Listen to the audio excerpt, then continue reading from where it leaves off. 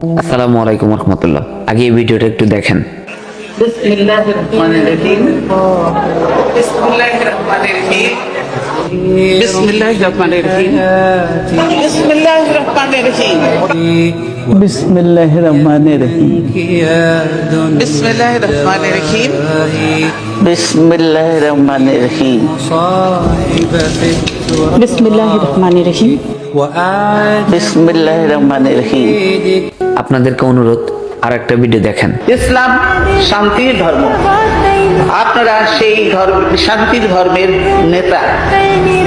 হিংসা, হানাহানি, সন্ত্রাস ও জঙ্গিবাদের কোনো স্থান ইসলামে নেই। ইসলাম শান্তির পক্ষে, মজলুমের পক্ষে, ইনসাফের পক্ষে, সুশাসনের পক্ষে, মৈত্রীর পক্ষে, সাম্যের পক্ষে, মানুষের অধিকার ও নিরাপত্তার পক্ষে। আজকে কোনো নেতা না, কোনো দলের নেতা না, কোনো রাজনীতিক কিছু না। আসলে কেন দিন শেষে একজন মানুষ হিসাবে আজকে আপনাদের কাছে দোয়া চাই এই মানুষটার জন্য। শুধু একজন মানুষ হিসাবে, মানুষ হয়ে তার জন্য দোয়া করতে চাই। আপনারাও তার জন্য দোয়া করেন।